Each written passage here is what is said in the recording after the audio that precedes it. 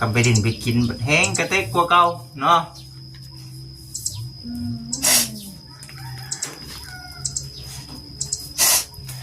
ให้เนาะพี่น้องๆเรื่องราวแบบนี้มันแล้วก็จะโทรมาเมื่อคืนนี่ว่าผู้ว่ามีผัวดอกผัวนี่อันผู้ชายนี่บอกผู้ชายว่าบ่เบิ่งเลยเนาะพี่น้องเนาะได้จังหวะกันก็ได้เอาผู้ว่าคนมาโพดลงนี่เพิ่นเองบ่แม่นน้องของอันตุกอะไรเพิ่นได้มาเพิ่นส่งมาให้โดยเพราะว่าตุกเพิ่นอยากมาหลายมื้อแล้วน้องก็ว่าอยู่เพราะว่าไปสมิทว่าสิไปมื้อเดียวแล้วแหละพอย่าเพิ่นก็จักสิเว้าอะไรกันแล้วเพิ่นก็ว่าอีก5มื้อเพิ่นว่า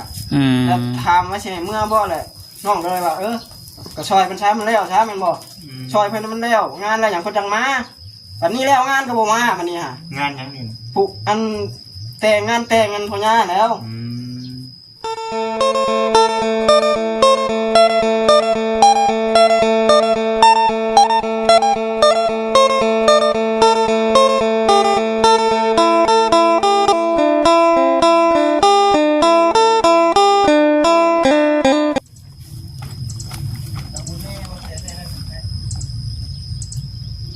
มือละ2 มื้อฮะมันไม่หมายดิพี่น้องเนาะสุดท้ายก็เกิดเรื่องจนได้พี่น้องเอ้ยเรื่องราวที่ว่าบ่อยากให้เกิดจนได้ว่าซั่นสดๆร้อนๆใหม่ๆมันๆพี่น้องเนาะพอดีก็ทักทายสบายดีเด้อพี่น้องเด้อเนาะทักทายสบายดี FC กันเบิดสุขุสุคนเด้อพี่น้องพ่อกันคือเก่าคือมื้อนี้น่ะมาแบบด่วนเลยพี่น้องเนาะด่วนแบบใดว่าซั่นคือทางน้องไล่หรือว่าผัวของน้องแต่อะไรพี่น้องเนาะได้เพิ่นโทรมาหาธรรมจิตว่าเกิดเรื่องเด้อว่าซั่นเรื่องจังไดเพราะว่า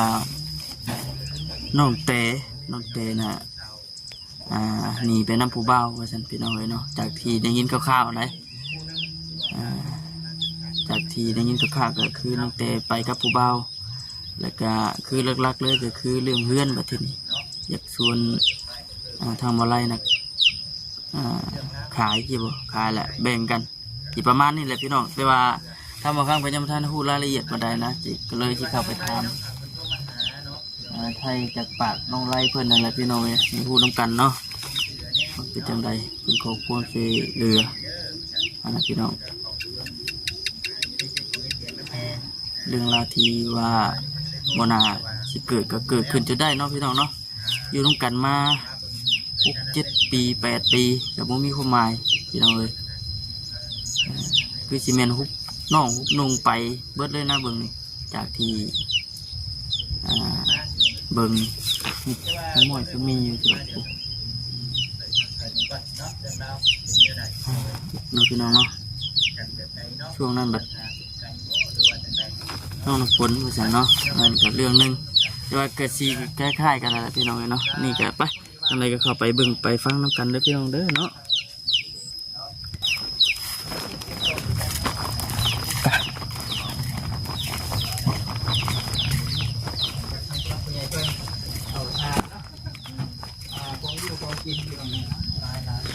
เวียนซานเพื่อนพี่น้องเนาะมีสมอยสมีบริยินเสียงเล็กน้อยห้องโจเจบัดที่นี่ใจมากกับน้องเปิ้ลมีเขากินน้ำแล้วบอกหรือว่าจังไดกินลุ่มอยู่บนหลังที่ทำเลยเนาะมากับทางบัวคำ2 คนมันก็ได้เอาบัวคำสบายดีเด้อนะโอ้ยน้องเอ้ยสบายดีแล้วน้องเด้อสบายดีเจ๊งอยู่บ่ล่ะบัวคำเจ๊งอยู่เดี๋ยวงวยหนักมาที่ก็ได้นี่นี่ก็ได้โอ้มาที่น้องมาอยู่โอ้ยได้เนาะกินข้าวแรกนี่กินบุลุงบ่ยากซื้อปิ้งไก่พี่น้องมาให้น้องเพิ่นก่อนพอได้บ่ได้น้องเลยเห็นว่าก็เห็นเราสิเป็นได้ก็กินข้าวกินน้ำมาแล้วเป็นได้คือว่าโทรมาหาเนี่ยอยากปะบ่เพราะว่าอยากให้อ้ายซอยเรื่องอันนี้แล้วเพราะว่า เพิ่นก็ไปแล้วตอนนี้นะ ไปจักมื้อได้น้อง 2มื้อนี้ 2มื้อนี้ แสดงว่าน้องเตนี่ไปแล้ว ไปแบบใดไปแบบใดขั้นตอนแรกนะคือ มันเป็นในใดเรื่องราวน้องเป็นในใดสอนช่วยทางรู้สาเหตุต้นๆเลย เพราะว่าอ้ายก็ฮู้เพราะว่าพ่อย่าเพิ่นก็มาเอาแดงหั่นเนาะ โดย ก็เลยว่าให้ไปช่วยเพิ่นนะ ไปช่วยงาน ช่วยเรียกเฮ็ดงานนำเพิ่นนั่นแหละ อยู่ใช้งานนั่นแหละ อยู่เฮือนน้องแดงเพิ่นแหละเฮือนแดงผู้ ฮู้ โดย อยู่ เพื่อน บ่ น้องแดง ก็เลยว่าให้ไปแล้วบัดพ่อย่าแล้วว่าให้มาก็บ่มาก็บ่ได้อิหยังดอกเฮาก็เพราะว่าน้องก็ไปเวียกฉีดยาอยู่พุ่น พ่อย่านี่คือเดี๋ยวนี้เพิ่นอยู่ใช้เดี๋ยว อยู่เฮือนแดง เพิ่นมาแล้วเนาะเดี๋ยวนี้เนาะเพิ่นอยู่ลาวเดี๋ยวนี้เนาะ อืม แต่คือทางพ่อย่านี่คือเพิ่นอยู่เฮือนน้องแดงแต่โทรบอกน้องแต่นี่ไปเฮ็ดเวียกช่วยอันนี้คือสาเหตุเป็นจังได๋ต่อลำบากนี่ แต่ว่า เพราะว่าบอกแล้วว่าอย่าไปตัวที่นะมันกินเหล้ากินเบียร์ได้เพิ่นก็ไปแนวมันน่ะ อืม ไปแล้วไปติดผู้บ่าวอยู่พุ่นนะ ติดผู้บ่าว เพราะเฮามีบัตรอูบนะหลักฐานอย่างนะ ติดผู้บ่าวอยู่บ้านน้องแดง โด พุ่น ยตัวเองยังเดือดเชื่อนะ เพื่อสิคิดเนาะ เขาล้มกันจังมือคือว่าติดไว้ติดว่าแท้ จัก มีปัญหามันน้องผิดปกติ บ่นะแต่ว่าน้องบ่ได้มีปัญหาหยังกัน แต่ว่ามันสิมีปากเสียงกันตอนว่าเพิ่นโทรมาน้องโทรไปแล้วเพิ่นว่า กินเบียร์แล้วเพิ่นก็วางหะ อ๋อ ตอนนั้นเพิ่นกินเบียร์ ว่าตุ๊กเพิ่นก็บอกอยู่ว่าไปกับเพิ่นผู้นี้นะตุ๊กเพิ่นก็บอกว่าตุ๊กก็ไปนํ มีใครแน่ไปนำน้องเพิ่น มีแต่ตุ๊ก น้องๆวันนี้ไปทางไหนบ่เด่น เมื่อเพิ่นแล้วตอนนี้ เมื่อนำเพิ่นเบิดแล้วเออ แล้วแหละเพิ่นเว้าแนวนี้เพิ่นว่า เพิ่นว่าในไร เพื่อนน่ะอยากขายแบ่งกันตอนนี้นะ อัน อื นี้ ม แต่ว่าเฮาว่ามันบ่แม่นความผิดของเฮาอะนะเฮามาคิดขายนำเจ้าน้องนุ่งอยู่ก็ยังได้ ตัวนี้ เพราะว่าน้องก็บ่ได้มีปัญหาหยังแต่เพิ่นอยากไปเองเพิ่นก็ให้เพิ่นไปอะนะ อืม แต่ถามน้องอยากถามอันนี้อยากถามเบาเตียงสมมุติว่าเบาเตียงว่าอยากขายอยากให้มันแล้วมันทั่วอะน้องก็รับนะ แต่ว่าน้องอยากถามเบาเตียงหรือบอกกับชาวบุญคือเพิ่นว่าโอ๊ยบ่ให้ขายถ้าจะอยู่ก็อยู่แล้วก็อยู่แบบนี้ แล้วไปดิ แต่ในความเป็นจริงนี้ชุ่มสิเป็นไปบ่ได้ดอก แม่ โอ้ย ขายเพื่อนขายการแบบนี้นะเพราะว่านี่คือเป็นของทางผู้รับผู้ใหญ่ประเทศไทยในนี้นะที่เราเลยก็คิดว่าจะเป็นหนึ่งคือน้องสองคนบอกกันนะบ่แล้วมันต้องมีผู้รับผู้ใหญ่ข้างในข้างนี้ข้างใน เพราะ เนาะ ว่าเพิ่นบอกมาเพิ่นบอกว่า เพิ่นบอกอยู่ โดยเพราะว่าน้องถามเพิ่นว่านี่เพิ่นไปหาวันที่เรียกเพิ่นบอกว่าแม่น้องไปเช็ดเรียกนอนเสียยา เพิ่นไปหาอยู่เพิ่นบ่ โดย เพิ่นไปให้ โดย อ่า แล้วน้องถามเพิ่นว่าสิเปลี่ยนให้ได้บ่สามีเรื่องกินเหล้ากินเบียร์ อ่า เพิ่นก็ปฏิเสธว่าบ่ได้โลดเรื่องกินเรื่องเที่ยวบ่ได้เพิ่นว่า บ่ได้ ต้องกิน กิน ต้องกินต้องลิ้น ก็คือว่าทั้งน้องอีกว่าแล้วแต่น้องแต่เปิดเผยไปแล้วเนาะแม่นบอกมีแล้วมีผู้เอาไหม ในหูก็มีนั่นนี่ เดี๋ยวเอาก่อนสิเบิ่งผู้แบบน้องเพิ่นชวนบ่ ชวน หรือว่าจังไดในความเป็นจริง มันก็บ่ชวนเลิกก็คือว่าชวนเลิกความหมายนะเพราะว่าถ้าเฮาน้องก็เว้าแล้วถ้าว่าเปลี่ยนตัวนี้ให้บ่ได้ก็คือว่าถ้าว่ายังอยากลิ้นอยากเที่ยวคือว่าไปมันจะดีกว่าแต่ว่าน้องก็ยังบ่ได้ฮู้ตอนนั้นว่ามันสิเป็นนี่นะว่าสิมีผู้บ่าวนี่คิดว่ากินเหล้ากินเบียร์บัดนี้น่ะทุกชงฮู้ให้แล้วเห็นนั่นกินเหล้ากินเบียร์กับผู้บ่าวอย่างนั้นเนี่ยมันบ่แม่นว่าน้องว่าเอานี่นะเพราะว่าแต่เก่าน้องก็อดมานะ แต่คือในความคิดน่ะที่แรกน่ะทั้งน้องไร่นี่บอกทั้งผู้เป็นเมียว่าคันสิยาน่ะยาเนาะในเรื่องเหล้าเบียร์เนาะ แม่น้องว่าคันอยู่บ้านอยู่เมืองเฮาโดนๆกินเท่านึงมีบุญมีงานก็บ่มีปัญหาบ่ไอ้ เข้าใจแต่ว่าไปไกลลูกไกลพวกนี่ไปกินได้ความหมายมันได้เขาถามมันนะถึงเมาถึงยังไม่ได้มันบอก อันนี้คือเหตุผลของน้องแต่บัดนี้น่ะคือทั้งน้องเพิ่นก็บ่ได้ว่าหยังเลยคือในเรื่องผู้บอกผู้บ่าวนี่น้องเพิ่นก็ยอมรับ ยังบ่ยอมรับตอน บ่ นี้ ยอมรับ แต่ตอนนี้ก็เพิ่นจักชูบ่ฮู้ว่าน้องได้ฮู้นี่เพราะว่าตุกชงให้ เออ เพิ่นก็ยังบ่ได้รับเพราะว่าน้องถามว่านี่มาเรื่องมาแนวใดอยากไปแบบว่าเรื่องมีผู้อื่นแล้วแบบนี้นะเพิ่นบอกบ่มี บ่มี แต่ว่ายาเรายาเบียร์บ่ได้เพิ่นก็บ่ได้ว่าหยังตอนเพราะว่าน้องยังบ่ได้ฮู้บัดมาค่ำแล้วแหละมาเฮ็ดเวียกนอนอยู่พุ่นแหละตุกชงให้ อืม ชัดเจนแล้วบัดนี้นะ คือตุกชงไห้นี่เนาะมาเบิ่งดูไอ้ขอเบิ่งดูเป็นยังไง นี่เด้คิดว่าหมู่ว่าแบบนี้ถามว่าไงแล้วมันกระโทรมาเมื่อคืนนี่ว่าฮู้ว่ามีผัวดอก ผัวนี่อันผู้ชายนี่บ่ ผู้ชายว่าบ่เบิ่งเลยเนาะพี่น้องเนาะ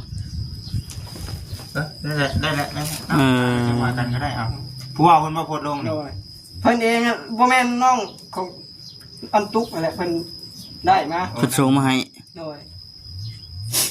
เพราะว่าตุกกับเพิ่นอยากมาหลายมื้อแล้วน้องก็ว่าอยู่เพราะว่าไปสมิทว่าสิไปมื้อเดียวแล้วแหละพอย่าเพิ่นก็จักสิเว้าอะไรกันแล้วเพิ่นก็ว่าอีก5มื้อเพิ่นว่า อืม แล้วถามว่าสิให้มื้อบ่แหละน้องก็เลยว่าก็ช่วยเพิ่นใช้มันแล้วใช้มันบ่ช่วยเพิ่นมันแล้วงานอะไรหยังเพิ่นจังมาบัดนี้แล้วงานก็บ่มาบัดนี้ฮะ งานหยังนี่ ผูกอันแต่งงานพ่อย่าแล้ว เพิ่นเขียนคำว่าฮู้บ่ว่าฮักแฮงเนาะเบิ่ง อื อันนี้ มมันก็ชัดเจนพูดแล้วซั่นเลยเนาะ เกินไปเนาะแต่ก็อันนี้คือในผู้เป็นผู้บ่าวเพิ่นซะโพสต์ลงไปอันนี้เนาะแต่ว่าคือผู้เป็นน้องแต่นี่บ่ยอมรับเนาะยังบ่ยอมรับ อืม เนาะมาเห็นภาพตรงนี้มันคือชัดเจนเกินไปพี่น้องเอ้ยเนาะเรียบร้อยพี่น้องเอ้ย พอถ้ามิดน้องก็สิบ่เชื่อนะก็คิดว่าเพิ่นไปกินเหล้ากินเบียร์เว้ากันมิดเรื่องกินเหล้ากินเบียร์นะเพราะว่า คือน้องเว้าแหละเพิ่นมาหาน้องก็ยกตัวอย่างกับพังว่าคันอยู่บ้านเฮามีบุญมีงานไปกินได้บ่ว่าแม่นบ่ เป็นเวียกเป็นงานเนาะ ไกลโดยไปกินจะกินกับไผแน่มันก็บ่ฮู้ โอ้คำกินกับลูกผัวไปน้ำ โอ้ยแม่ก็บ่ว่า เนาะเห็นแบบนี้ก็คือปุ๊บคือไหนเนาะแต่ว่าหนึ่งคือเพิ่นกับบ่ได้รับว่าเพิ่นมีเนาะแต่ว่าในความเป็นจริงว่าอยากให้ขายนี่ติ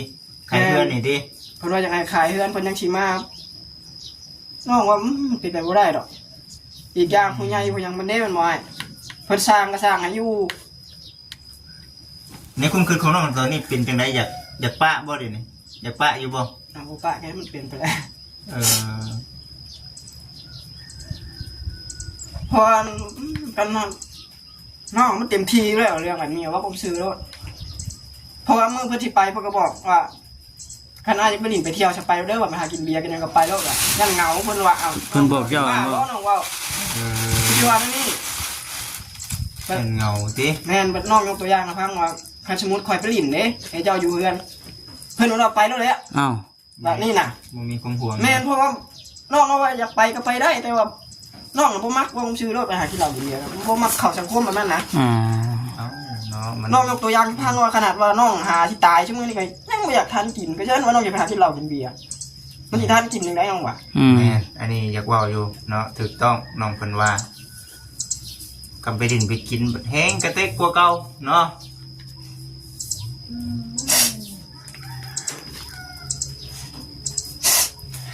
ให้เนาะ นะพี่น้องๆเรื่องราวแบบนี้มัน ใช่น้องเพิ่นได้พี่น้องนี่กันเนาะ ผมยังตั้งโตยังเลยนะอยู่กันดีๆแต่ว่าเช็ดประเทศบัดเดียว ตั้งตัวแท้สิบ่ทันเนาะว่าได้ก็ได้เนาะ เพราะว่าน้องกระทั่งประเทศผู้ชายมาตัดไปเลยลูก มันอยู่ในขั้นตอนของการเก็บการหาได้ตอนนี้นะ อยู่กันไปยังมันบ่อยากสาขอบอยากว่าลูกเพราะว่ายกตัวอย่างจะพังว่าขัดคอมันโมเมนต์มักหักกันขัดคอจะมีการให้แต่กันบ่ได้นะปรั๊บให้กันบ่ได้สมมุติน้องถามว่าเอาคันว่าเจ้ามีอย่างพอใจคอยบอกมาคอยสิปรั๊บให้เพราะว่าเอาคิดหาบ่พอความชั่วเจ้ามีแต่แนวดีๆว่ะ ฮะ จะยกเลิกเองเนาะ คนแบบว่ามีคนใหม่นะว่าไงซะ ในความเป็นจริงก็คือว่าเนาะผู้ใดผิดก็บ่ได้แล้วในเรื่องอันนี้เนาะมันบ่ได้ดอกพี่น้องเอ้ยบ่ได้ อันนี้เรื่องคำว่าสีขายหันขายนี่ขายทรัพย์สินแบ่งปันกันเนี่ยบ่คิดว่าบ่ได้เพราะว่าเจ้าเป็นคนผิดเอง เพ เนาะ ราะว่าน้องบ่ได้มีปัญหาอย่างกันนะมันจะไปเองเพิ่นท่านสมมติว่าน้องไปกินเหล้าเมายาเป็นเที่ยวแต่ก็ได้เทเมาอย่างแม่นน่ะแม่ของเพิ่นน้องบ่เถียงคำเลยเพิ่นอยากได้หยังก็สิให้ทุกอย่างนะทีนี้เฮากับไปนอนเฮ็ดเวียกเฮ็ดงานอยู่พุ่น คุมดีเกินไปเนาะบัดนี้แหละสมมติว่าเพิ่นกลับมาได้น้องกลับมาได้สิว่าจังได๋ บ่ได้แล้วป่านนี้แหละ ป่านนี้ได้ติน้องทำบ่ได้บ่ บ่ได้แล้ว ทำบ่ได้เนาะ เพราะว่าน้องก็เว้ากับเพิ่นอยู่แล้วแต่เก่าน้องก็ว่ากันเรื่องอื่นน่ะพอรับได้แต่เรื่องนี้น่ะรับบ่ได้น้องว่า คิดชั่วได้ซำใดนี่ก็ยอมให้อภัย เพิ่นก็เว้าเองเพิ่นว่าถามว่าเพราะว่าเฮาบ่ได้เว้าหยังเพิ่นว่าถ้าว่าเฮาไปนั่นอีหลีเฮาสิไปเองเฮาบ่เฮาสิบ่เอาหยังจักอย่างเพิ่นเว้าเองเพิ่นพอน้องบ่ได้ทวงได้ถามอีหยังนี่น่ะ บ่เอาหยังสักอย่าง บ่เพิ่นเว้าเองเพิ่น เราออกจากปากไปเลยเนาะ เพราะว่ามันก็เคยมีมานะแต่ว่าเขาก็อยากอยู่ร่วมกันง่ายๆซะบางเรื่องเขาก็บ่อยากเอามาใส่ใจเกินได้ยิน บ่ดีกว่าเนาะ แม่นเขาอยากอยู่ร่วมกันหลายคนมาบอกเขาว่าไปกินเหล้ากินเบียร์แบบนี้ แต่เขาก็อดเอาย้อนหลังอยากอยู่ร่วมกันมันก็ได้อย่างซ้ำนี่แหละแม่นบ่ เขาเคยลำบากเนาะซื้อซะเขามามีซ้ำนี่นะครับใครแน่แล้วบางเราก็ทำคนอื่นกัน เอาแล้วอันนี้ก็เป็นหยังคือว่ามีย้อนว่าเฮาผัวเมียช่วยกันเฮ็ดคอยช่วยกันช้างเพิ่นจังเฮ็ดให้พี่น้องเอ้ยผู้รักผู้ใหญ่ก็ได้แต่แบบนี้ก็หนึ่งคือผู้รักผู้ใหญ่เพิ่นก็เสียความรู้สึกแล้วนี่ แม่นนะ แต่ว่าคือเว้าแน่แหละแต่ว่าทั้งน้องเพิ่นก็เป็นขนาดนี้ก็ยอมมาทำบ่ได้คือกันเนาะ เห็นซ้ำเห็นข้างหูข้าตาแล้วเพิ่นสิเนาะ ตาแต่ว่าเพียงแต่ว่ายังบ่ได้เว้าว่ายังบ่ได้ยินจากปากน้องเพิ่นว่าข่อยมีเนาะ เพราะว่าเพิ่นไปหาอยู่บนเฮ็ดเวียกว่านี่ก็เลยถาม เพิ่นไปหาเจ้า โอ้ยเพิ่นเตรียมไว้เลยนะเพิ่นว่าสิบ่มาแล้วเพิ่นเอารถพี่น้องไปทางบ้านเพิ่นมาเพิ่นก็เตรียมแล้ว เพิ่นก็มีแต่ไปหาเพราะว่ามันก็ความหมายก็คือว่าไปยุ่งกันแหละสมมุติว่าน้องถามว่าสิเปลี่ยนได้บ่เพิ่นก็ปฏิเสธว่าบ่ได้รถน่ะมันก็คือความหมายบ่ว่า ไปเลยดิ มันก็สุดเท่านั้นแหละเนาะ สุดเท่านั้นแล้วความหมายมันชัดเจนแล้ว สั่นๆเลยเนาะ สั้นๆแล้วเพิ่นบ่เว้าแล้วว่าบ่อยากอยู่นำกันว่าเพิ่นเปลี่ยนบ่ได้ก็คือว่าจบเท่านั้นแหละน้องว่ามันสิยุ่งกันไปได้บ่กันนั่นอยากลิ้นอยากเที่ยวนี่น่ะน้องเป็นคนบ่มักลิ้นมักเที่ยวมันซื่อโลด แม่นอยู่ได้พี่น้องเอ้ยเนาะอันนี้ก็ได้มันก็ยามแล้ว มัน เนาะ พอยุดแล้วเนาะมีครอบมีครัวมีลูกมันมีผัวอะไรเด้ คือเห็นสภาพเฮาตอนนี้ซะว่าได้แม่นความน้องเพิ่นว่าเนี่ยขนาดเฮาบืนอยู่ปัจจุบันนี้เนาะยังพอได้แต่ซ้ำนี้ถ้าหากว่าเฮาไปดินไปกินแห่งสิได้ มา กิน เลย เอา เทเมาแห้งคักเลยเนาะ คำว่าเมื่อวานนี่มีแม่กับน้องแต่เพิ่นน่ะมีแต่ว่าไปเพิ่นว่านั่นได้ไรก็เมื่อวานเนี่ยมาหาล่าสุดเมื่อวานเนี่ย ด้วยเพิ่นมาแต่พุ่นเพราะว่าเพิ่นบ่ได้อยากมาเลยน้องก็โทรก็เว้ากับเพิ่นแน่แหละ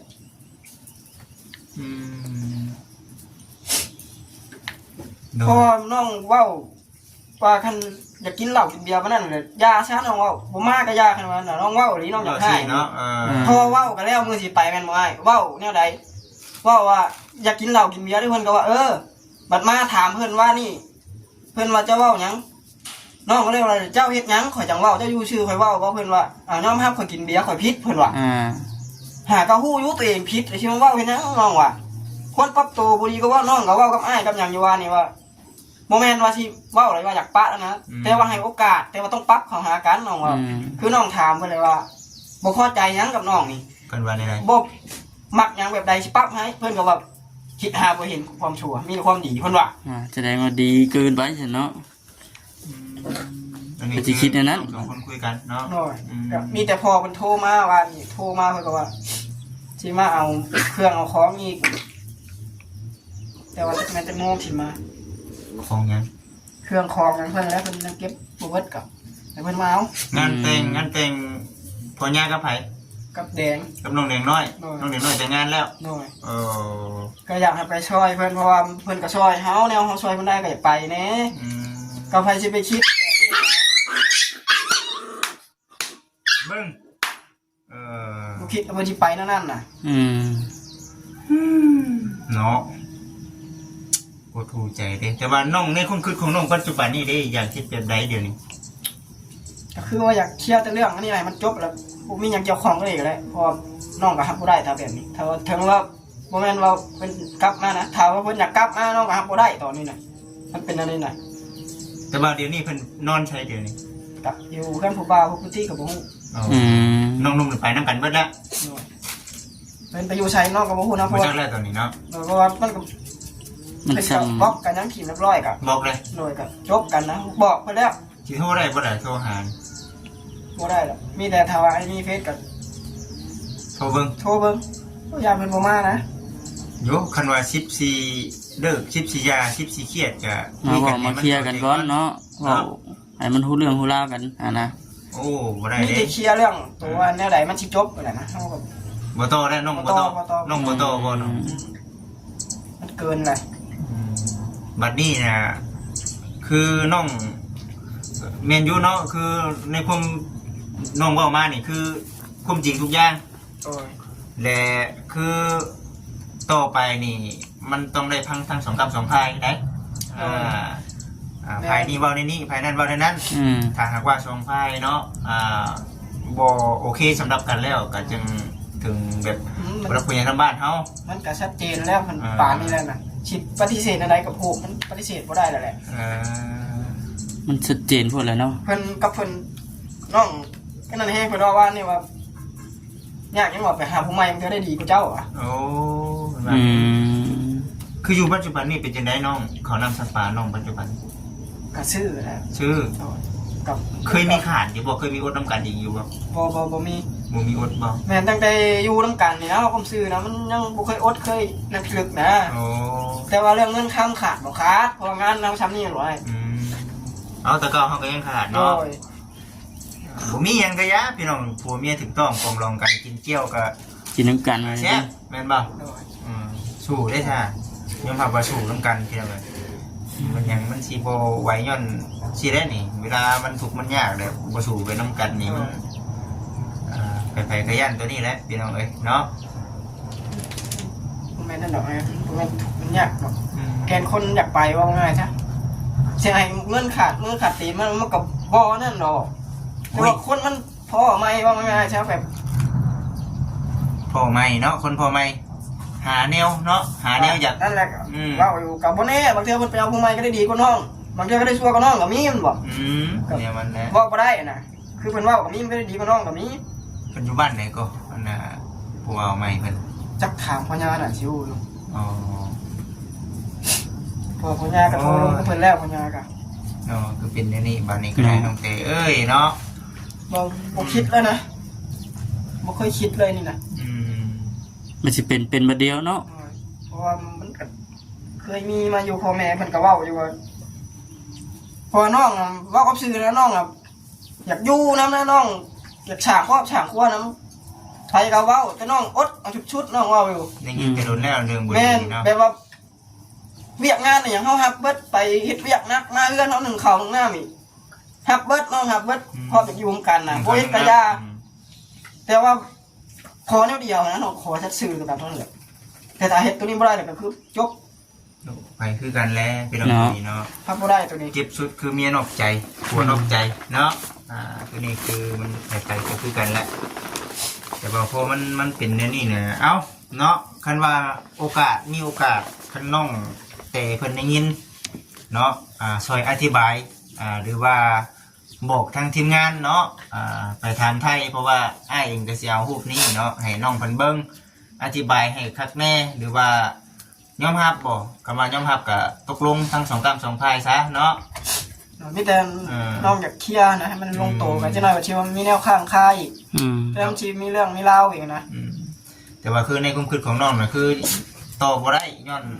เมียฮักเมียเฮ็ดใส่แบบนี้ บ่ได้แล้วน้องต่อบ่ได้แล้ว ตัวนี้ก็พังเบิ่งเด้อน้องเด้อเพราะว่าหนึ่งคือเอ้ยบุญเพิ่นกำลังสิขึ้นมาทีมงานกำลังสิขึ้นมาว่าหลายคนปรึกษากันเรื่องที่มีทางออกหลายคำแนะนำใช้กันแบบนี้นะน้องเอ้ย ในใจก็อยากให้เพิ่นมาตอนนี้แหละเพิ่นเว้า มาอยู่มา แม่เพราะว่าบ่พื้นแต่เพิ่น น้อง นะ เต้นะ ไปก็ไปแบบบ่นั่นไปก็อยากแบบมันจบนะว่าง่ายนะ เอาเสียพี่น้องเลยคนแรกเดี๋ยวเขายังชิมีเนี่ยคำบอกคำจะถามไทยใหม่เด้อน้องเด้อเดี๋ยวคลิปนี้ถือว่าเวลายาวพอสมควรเดี๋ยวสิได้เอาคลิปนี้ลงให้ครับ FC เป็นคอมเมนต์ พิจารณาเบิ่งกัน พิจารณาช่วยกันครับทั้งน้องก็อยู่นี่แหละยังไม่ได้เมื่อหรอกมันจะอยู่นี่แหละพี่น้องเนาะยังไม่ได้ไปใส่เดี๋ยวถ่ายทางทีมงานมาบอกจากันครั้งในก่อนแบบนี้และสถานการณ์แบบนี้ยังบุกเข้าไปปะกันดอกพี่น้องมีแต่เบิ้งพังไปน้ำกันก่อนโอ้ยเนาะพี่น้องเห็นไหมมาครับเนาะเราติดตามคลิปต่อไป ติดตามเบิ่งเลยพี่น้องเด้อเนาะ โอ้ยเนาะเป็นนี่น้องเลยเนาะ โอเคพี่น้องคลิปนี้ก็คือสิจบคลิปกันเด้อพี่น้องเด้อเนาะสบายดี